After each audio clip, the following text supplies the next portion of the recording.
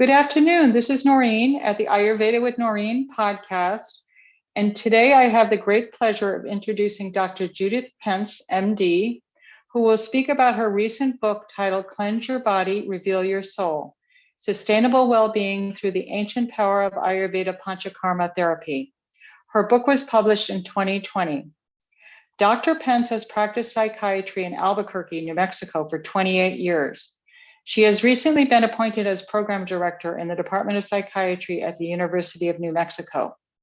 In her new role, she supports psychiatric trainees to the University of Arizona's Dr. Andrew Weil's Integrative Medicine online module. Having charted this new course in her life, she plans to mentor future psychiatrists who are ready to embrace a more integrative, holistic approach in the communities they serve.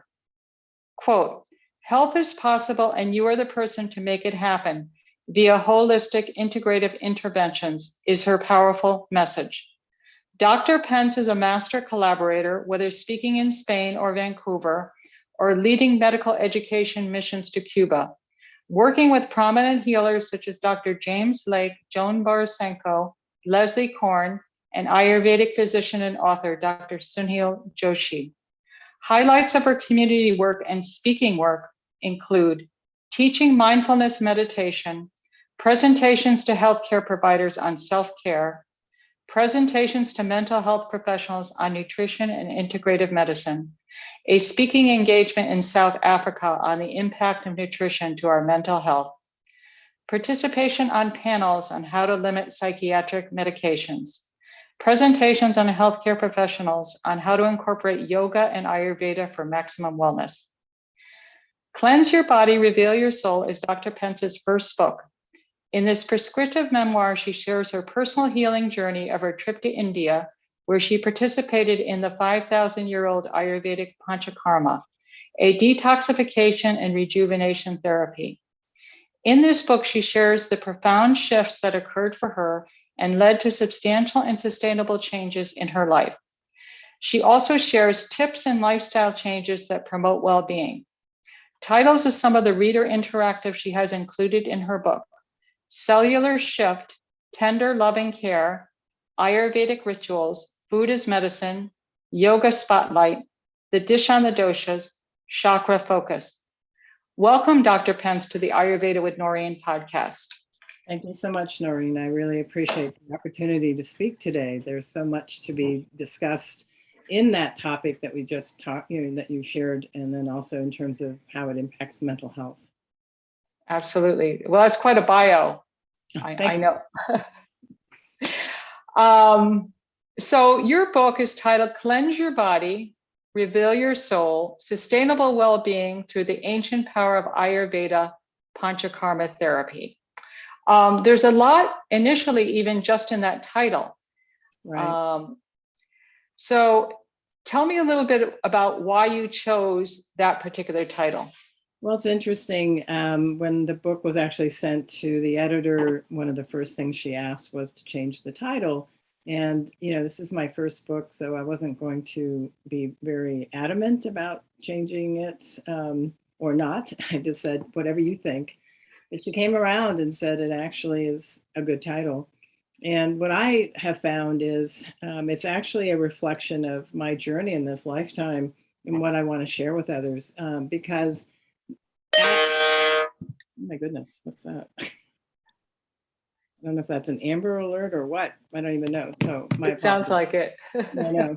No problem. Yeah. Basically, as we journey through this life, as babes, we're very clean as little ones. And then as life progresses, there's this level of layering that comes upon us. It's not just our diet in terms of food. It's what we're exposed to culturally in terms of our mental, emotional stuff, the traumas that may have happened, and then whatever spirituality or religion that you've been exposed to.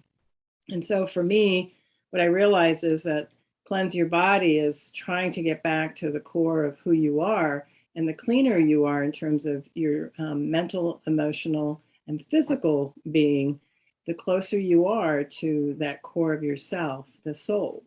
And so as one progresses through life, It's really about how do I get to some sort of cleansing that really ends up needing to be on a daily basis so that I can actually reveal my soul during this lifetime, hence the title. That's beautiful. That's really beautiful. Well, it sounds like the word uncovering would be, instead of searching, it's really an uncovering. It sounds like that's been your experience with the Panchakarma therapy. Right. It's even in the world of mindfulness, they speak to this in that no matter where you go in the world, there you are. And this is the vehicle we've been given to travel through in this lifetime. And by considering it a temple and taking care of it from that perspective, and really look for ways that help support its well-being, that is really what should be our focus on this in this journey in this life. At least that's my personal bias. And so the challenge we have culturally now is how do we come back to our core, our center, when there's so many distractions in our life these days? Right. Absolutely. Absolutely. Well, there's many. I mean, we're going to get into a little detail with Panchakarma, but that's not totally the focus of our interview today, our chat today. But there are many detox programs out there. We don't hear a lot about emotional detox. Mm-hmm. So how is Panchakarma different from other detoxes? And why is there an emotional cleansing as well as physical cleansing in Panchakarma? So before I came to Panchakarma or to Ayurveda, I'd actually been exposed to many types of cleanses. I've done a juice fast on a couple of occasions, actually 3 times, I think, with a gentleman, a physician down in Patagonia, Arizona, Dr. Gabriel Cousins. And sure. I found that juice cleansing very profound and very beautiful, but it was something that was not sustainable coming back home, because I also have since learned with exposure to Ayurveda, it may not have been the best for my constitution because it's very raw food based diet. And right. I can see some value in doing it like in the summertime when it's so hot, but to sustain raw food through the winter months and in the cold is not really best for my biology and most people's biology, or their physiology, I should say. So I've done water fasts as well, but I found them very depleting. And so when I was exposed to this form of intervention, and then it was medically supervised, because none of the ones I mentioned were medically supervised, it was actually that particular cleanse that I found powerful, because I had a clinician who could speak the language that I'm familiar with, being a physician, sure. Explain things to me about what was happening. That said, though, it wasn't until maybe the 3rd or 4th time I had a cleanse that I began to notice that stuff that was always kind of around me in terms of patterns, emotional patterns, no longer were there in the same way.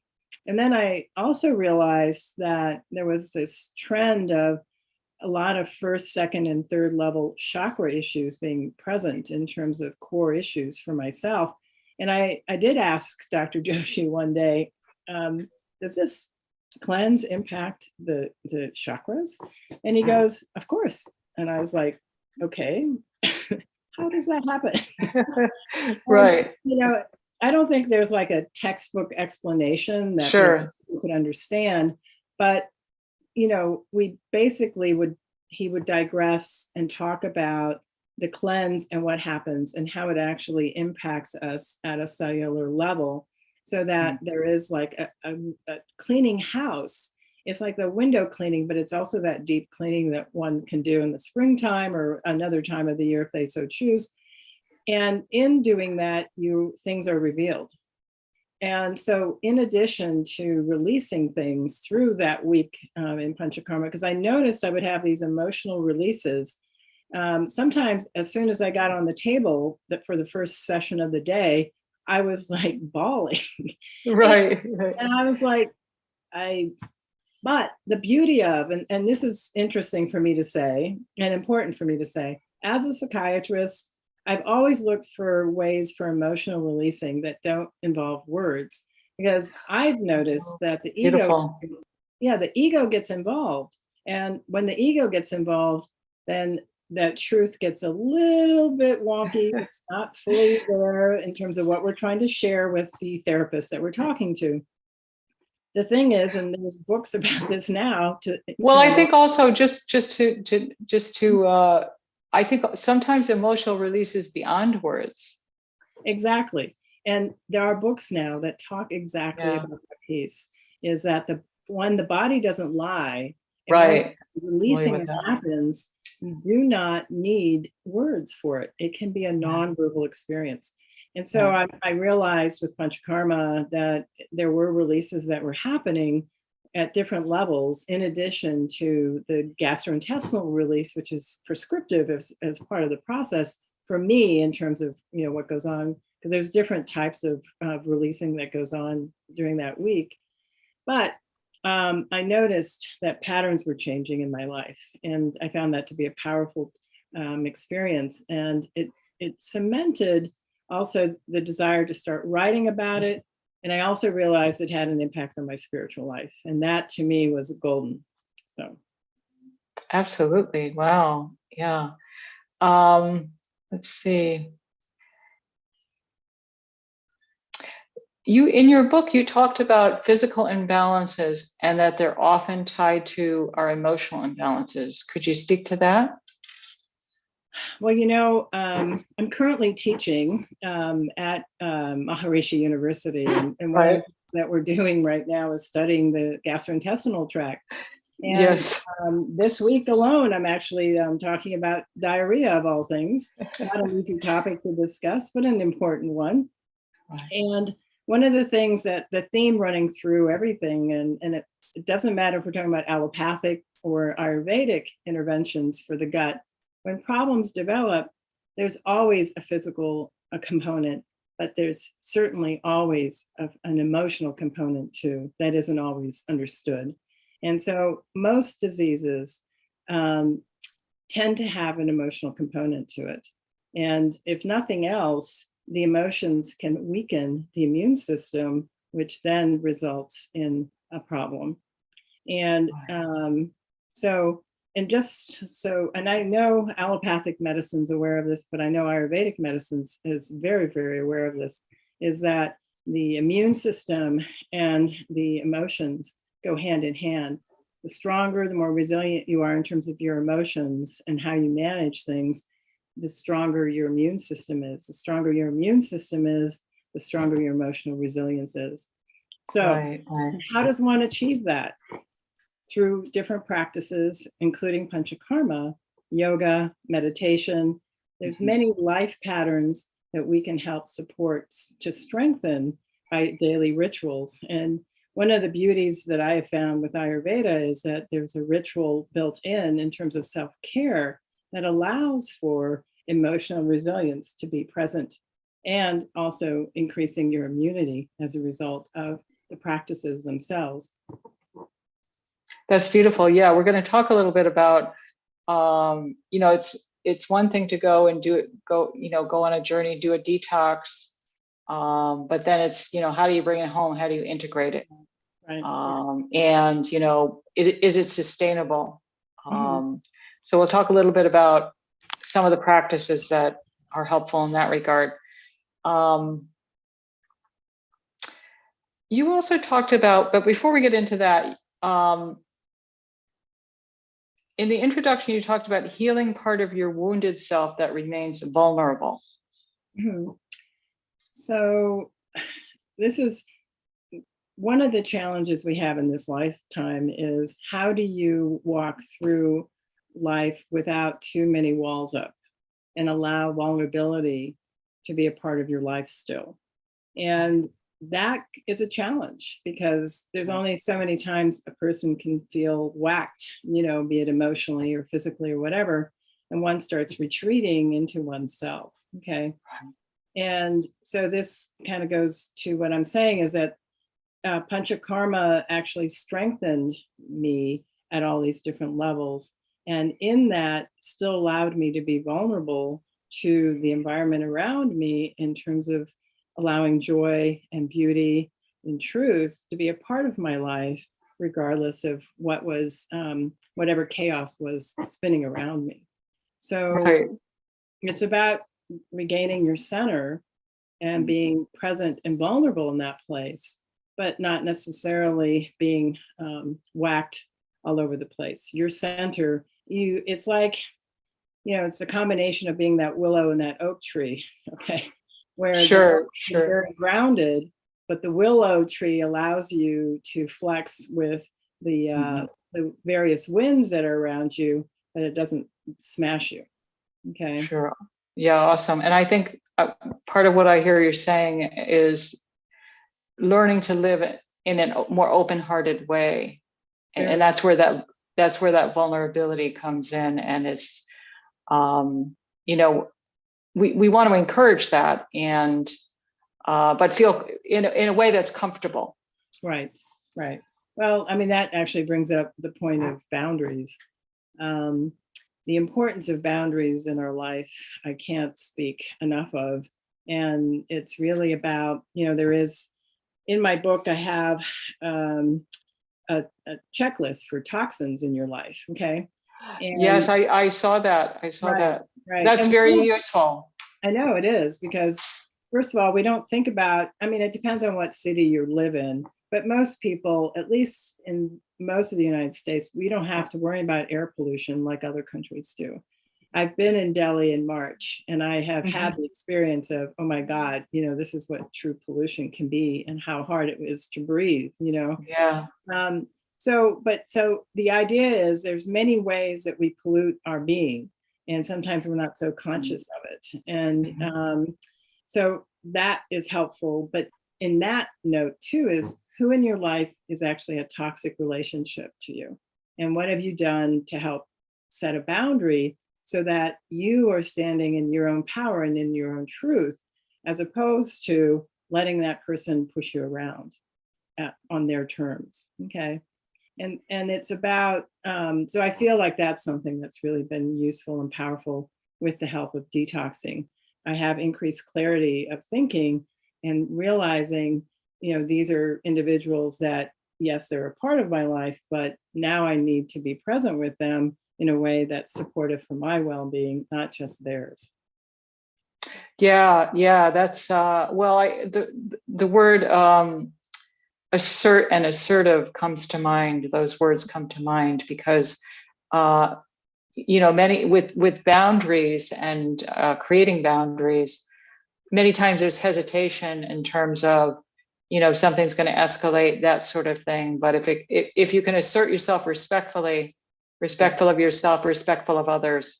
But you bring up a good point that when we're looking at toxins, and really that's what PANCHAKARMA is addressing, along with rejuvenation, that it's not just physical toxins, it's not just the environment, the food we eat, the water we drink, but it's also our relationships, and having the ability to examine our relationships, and some relationships perhaps letting go, and others reestablishing the relationship, and with boundary setting, that sort of thing. Right, exactly. So, yeah. Yes. Awesome. Great. Did you want to say anything else about the chakras? Because I know that you said that once we cleanse, in your book, you indicated that when we cleanse the toxins to a minimum threshold, and Ayurveda encourages through the shrotas and the chakras that, if everything is flowing, then that's really going to encourage optimum health. But when things are not, then there are problems. And then certainly with a cleanse, you're opening the chakras. And in your book, you said you're able to connect to those more easily. And specifically, you talked about the Muladhara chakra, that feeling of groundedness that started to evolve for you doing successive panchakarmas. Can you talk a little bit about that and why that's important? So I probably would want to emphasize that I was able to have a daily practice that helps support what the Panchakarma did for me.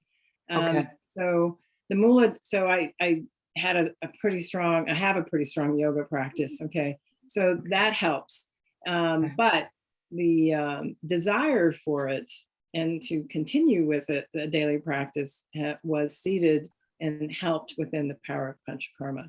And so there was this ability to be more present with the world around me rather than being more mental, because as a psychiatrist and as a person of who I am, just in terms of my nature, I tended to be a little bit too much in my head. Okay.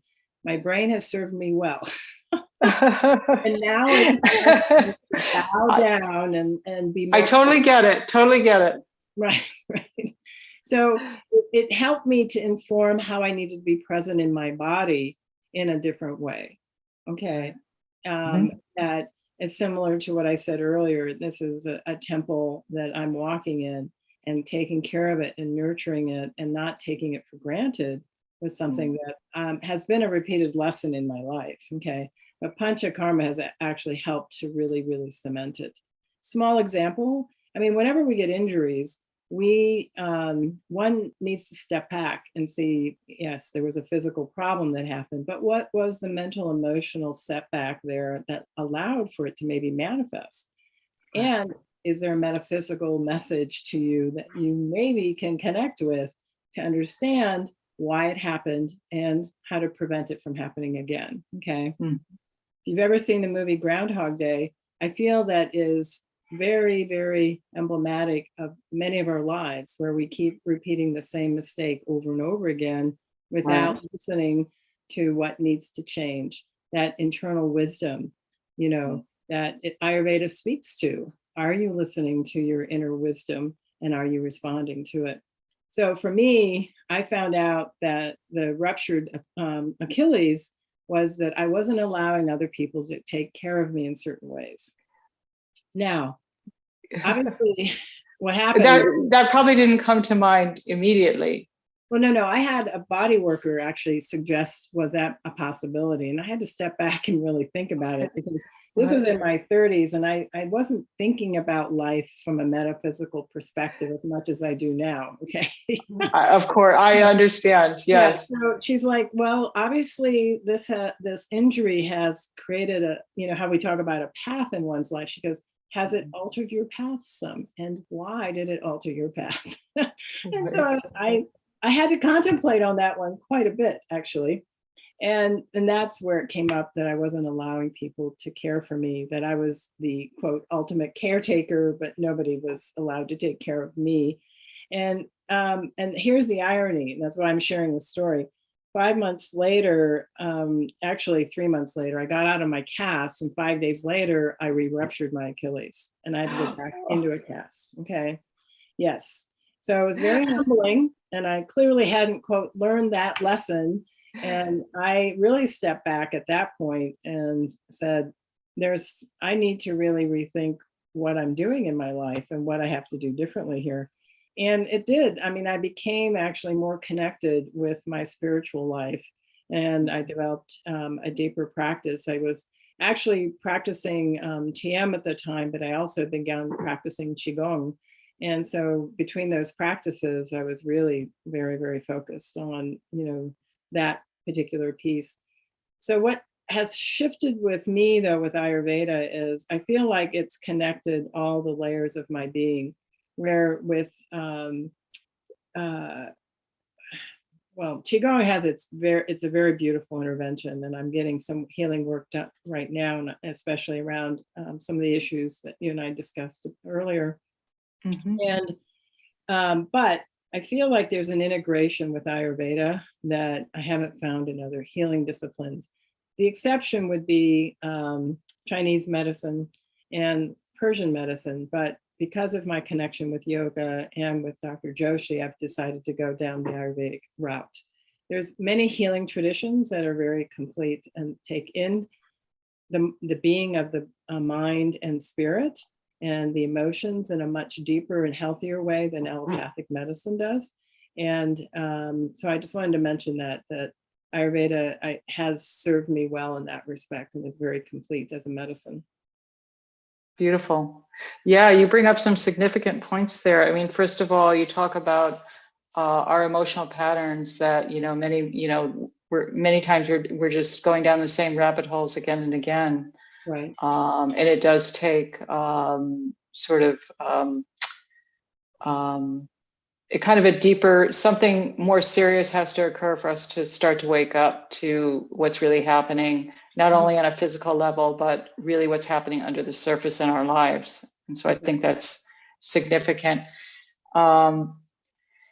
You also talk about Ayurveda and that it allows us to connect to, we have these layers of our being, and obviously there's a deep connection between Ayurveda and yoga. And so it's not superficial that, there is this interconnectedness and this respect for, all levels of our being. And I think that's important. I agree.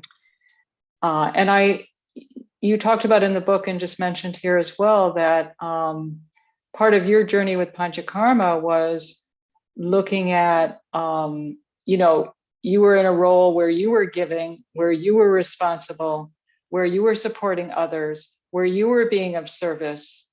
But part of your purpose and your uncovering in this particular Panchakarma that you wrote about, this experience, was to start to allow and to receive support from the universe, support from others. That really is that open-heartedness. And, so that's really beautiful. Thanks for that. One of the things you bring up in the book is about you've done multiple panchakarmas, and that in each subsequent cleanse, it's not like you're starting from the beginning. Correct. That you have a new set point. Exactly. Is that something you can elaborate on a little bit? Sure. So first of all, as I shared earlier, I do have a daily program that I do. Right. And it involves meditation, it involves yoga, and pranayama, breath work. In addition, there's dietary changes that I have worked with, and with the help of Dr. Joshi, I have herbs too that help support that process. And so I need to say that because your lifestyle between cleanses help to support so that set point isn't as bad as it once was. Okay. Right. It's much cleaner than it used to be. Okay. Sure. So, the fast food experience, which was even before Panchakarma, it was pretty limited, but it's very, very limited now. I have a grandson that's about 8. So I have to say there is time when I do cross the threshold to a fast food place, but he knows, because he already knows, I know that hamburgers are not good for me every day. Well, that's good. I think that's that makes you laugh, right? Right. So, but because I've done that helps when I go to the next cleanse. That said, each cleanse remains fairly powerful and deep. So it is, the body has a very excellent memory. And I can tell like a day or two, maybe even 3 or 4 days before I go into a cleanse, my body's already shifting and is very receptive and very ready. And the person who's done the body work for me in Nagpur, India, I've known now going on almost, it'll be 18 years. So I also have a body worker who knows me and that I trust. So that makes a difference. Yeah, it does make a difference. And so I know the rituals, I know the routine, and we have had the same cook since 2012, the chef there. So, so there's like, when I walk into that place, it is a temple in and of itself with measured expectations for the most part that I can anticipate. Okay. So that setting helps in terms of the predictability and knowing what will happen. And so, but also because of the lifestyle that I've done over the years, that also helps support when I walk into a cleanse every year. Absolutely. Absolutely. Yeah, that's great. Let's see, what else do I want to ask here?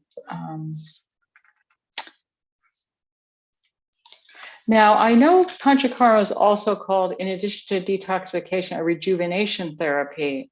Mm-hmm. And many times it's been referred to as anti-aging therapy. Right. So I should point out that Panchakarma, depending on what interventions are happening, can be and is preventive in terms of chronic disease. It also can mitigate chronic disease.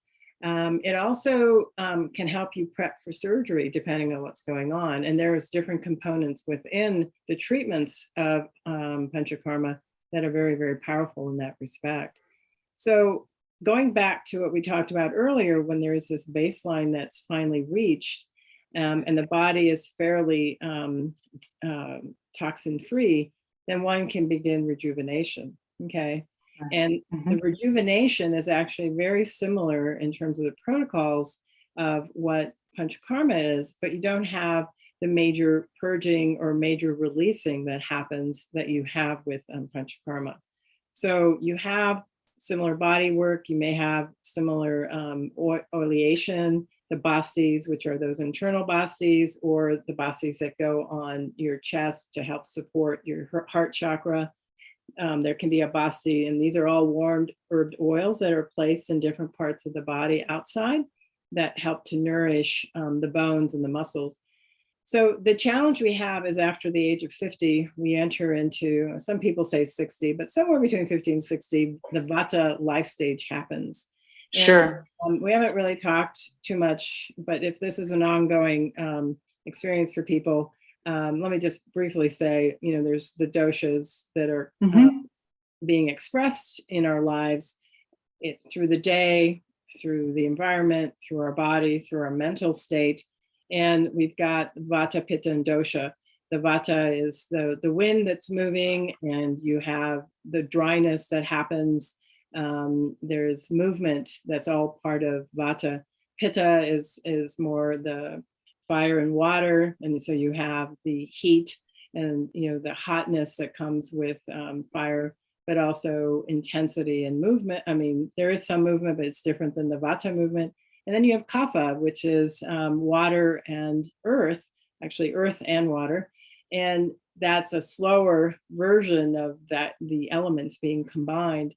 And each life stage is actually reflected in these different doshas. Kapha is for the ages between 0 and 20, and then 20 through 55 or so is the Pitta life stage.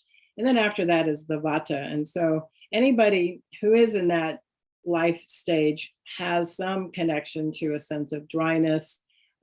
Things are a little bit more brittle. The fluidity that once was present in the skin is not there. Our senses are maybe a little bit diminished as a result of maybe listening to too loud music through the years in terms of rock and roll or something. Our vision maybe is diminishing a little bit. And so what happens with rejuvenation is that there is this incredible support around oleation and lubrication. And those are critical to help mitigate the effects of Vata, because Vata challenges lead to multiple illnesses in people, okay? And so by mitigating with this rejuvenation intervention, you are reducing the challenges that one may have around osteoarthritis and all other things along that time. Sorry, I just had somebody computer thing come up right there. It's okay. Yeah. I was threatening to turn off the computer right now. I was like, no. Oh. Yeah. Anyway, where was I? You were talking about the Vata stage of life and the oleation and lubrication, why that's so important. In terms of preventing, as a preventative approach to kind of the drying of the tissues, the drying of the body, and some of the conditions that come as a result. Right, exactly.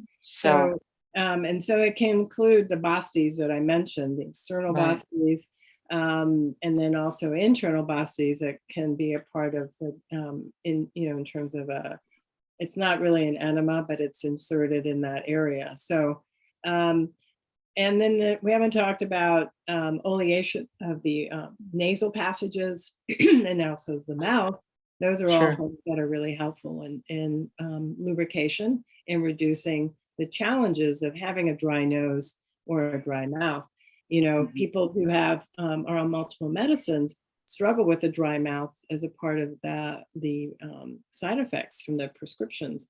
And keeping the mouth lubricated, even with just a simple sesame oil rinse in the morning, helps to reduce the challenge of erosion of the gum tissue and reduces the risk of developing cavities.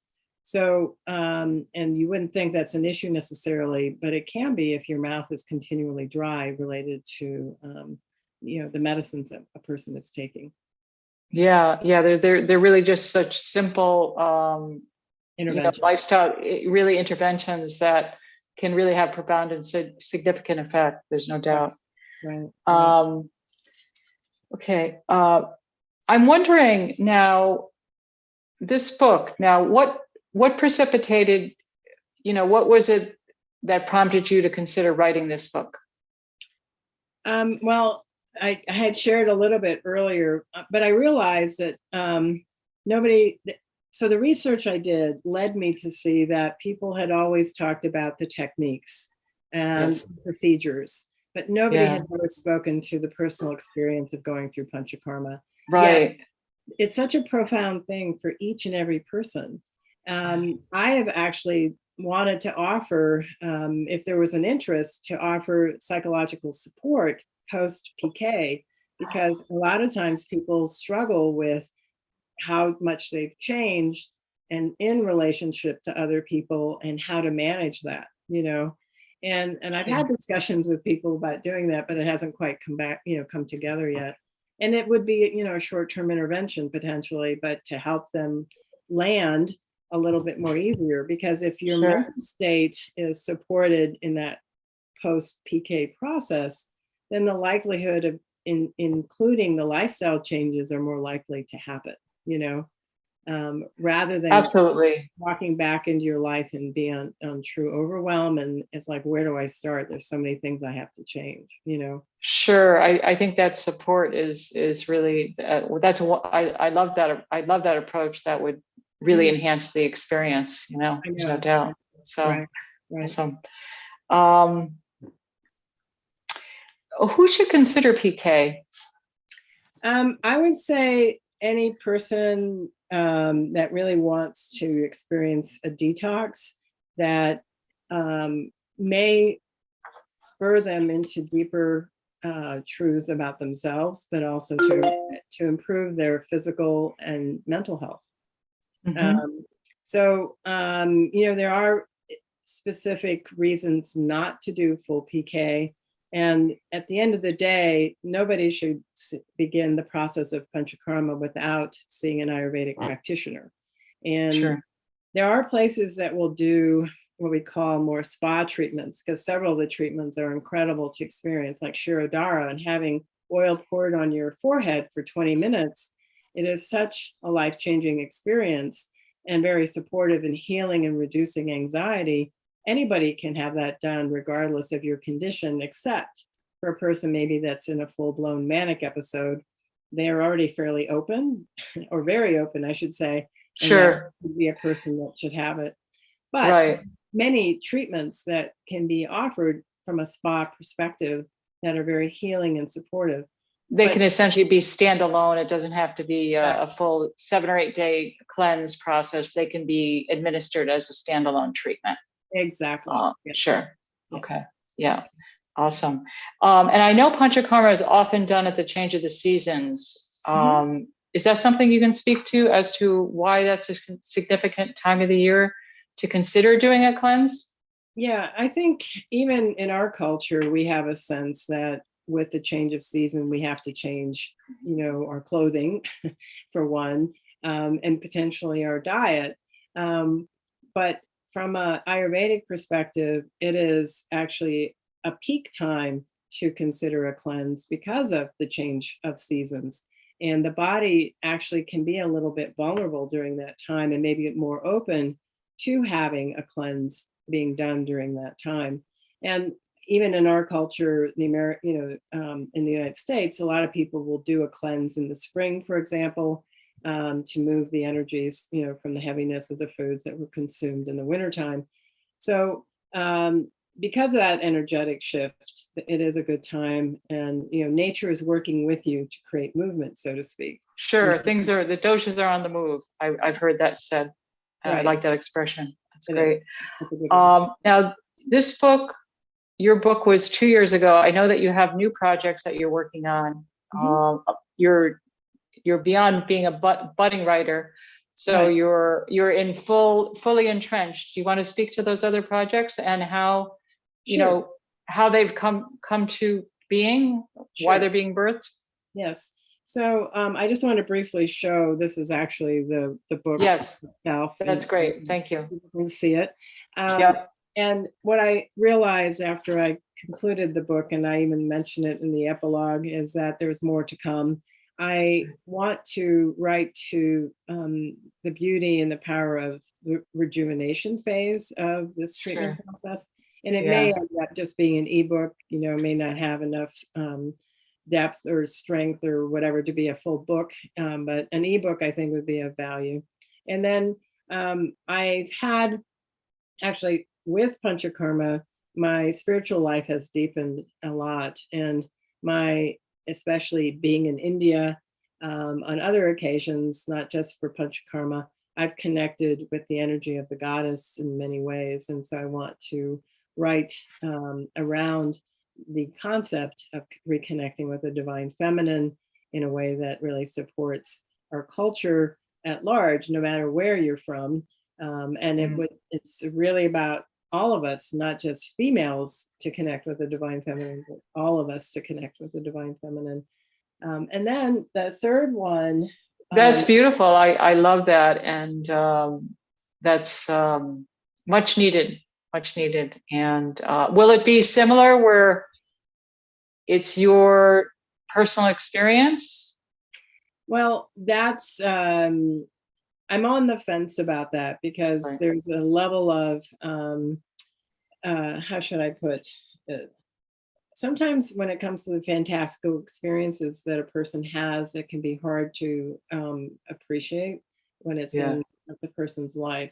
But if it's more in the concept of a novel or a story, it may be more easily embraced and more easily touching that person, because it's not directly it's not my life. Yeah, it doesn't there's no hindrance that, no identification with you. Right. And I understand. That's understandable. Yeah, so I'm leaning in that direction. Okay, great. And awesome. The third project, during COVID, for the past 2 years, I've been taking a deep dive with the Yoga Sutras, and have basically been chanting all 4 chapters on and off, since September of 2020, actually. So it is a full 2 years. Wow.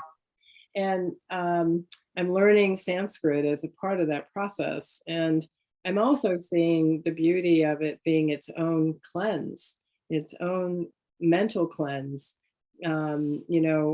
with shifts happening again at a level that I don't necessarily have to understand, yet knowing that there's a beauty in that shift and that cleansing that's happening. And I feel like there's information there that can be shared with those that are interested, that would understand that this is another powerful tool to help support one's well-being.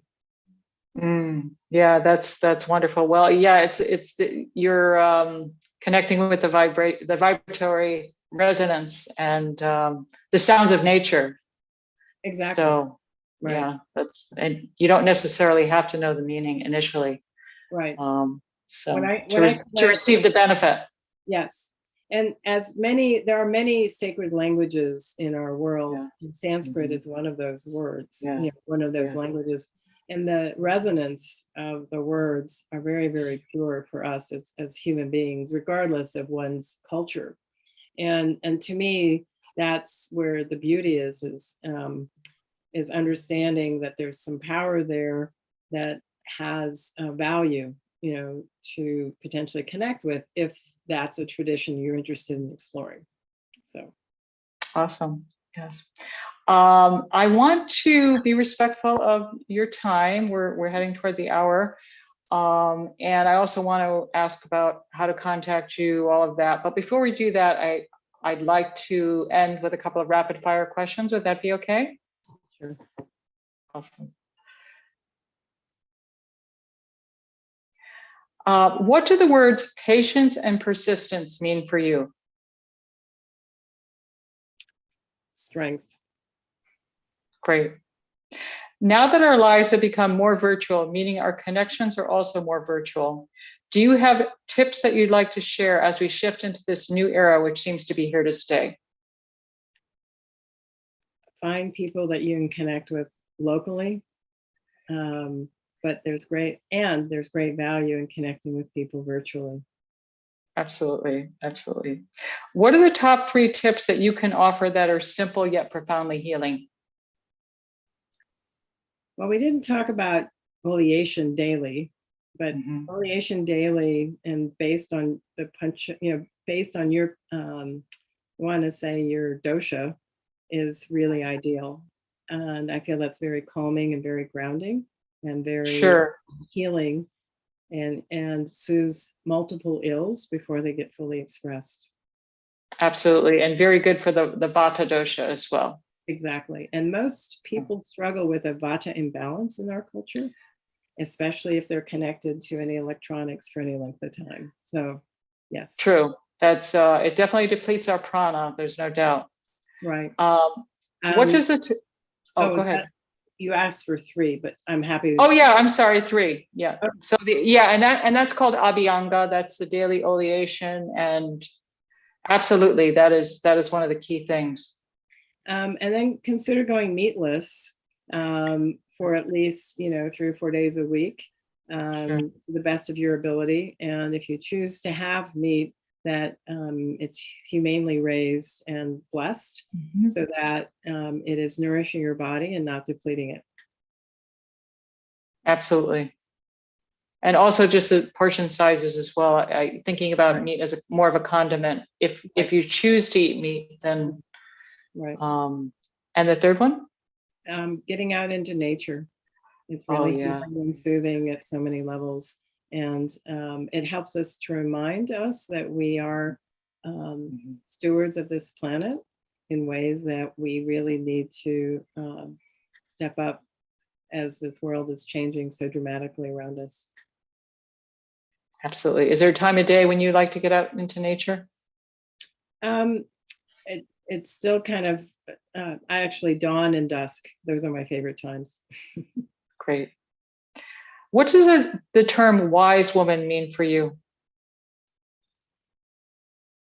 A person who is grounded in her and is moving beyond gender and is present with her life experience from an open-hearted base and very grounded in that process. Beautiful, beautiful. What's next for you in terms of Ayurveda? I know you talked about your books, your upcoming books and projects. Right. I would say the projects are the main focus for me. I've actually taken a back seat in doing too much public speaking of late. And I feel I'm in a kind of in a, I guess a cocoon phase right now as this stuff is starting to emerge. And then I will be more ready to speak because there are several topics I feel that need to be supported. It's interesting, I'm stumbling here. Well, I think you're saying that things are germinating. And so when things are germinating, you have these projects that there needs to be a bit of a retreat so that you can allow the birthing process to happen. If you're super active, it's hard to do that kind of work. Right. And so being out there on a public speaking tour or whatever, it takes a fair amount of energy, one to generate it and then one to maintain it. So I'm pretty ready to do that again, probably, once some of this material is more concretely manifested. Because I feel like the world needs options that are spiritually based to support their own healing in ways that maybe have not been well served in other settings. Beautiful. So needed, absolutely. Yeah. Your greatest teacher of Ayurveda? I would have to say Dr. Joshi has been, because he has taken the time and time again, when I've been there in the midst of his busy day, he will take an hour with me and review things. And even when I was writing this book, he was available, as I needed to explain things. So his patience and his believing in that I had something to share helped support this journey as well. Yeah, wonderful to have Dr. Joshi as a mentor, and also his caring is evident from the way that you wrote about him and spoke about him in your book. Yes, so and it remains true. It remains true to this day. That definitely comes through. Healthy habits are easy to start but hard to maintain, and Ayurveda is all about healthy habits, or so they say.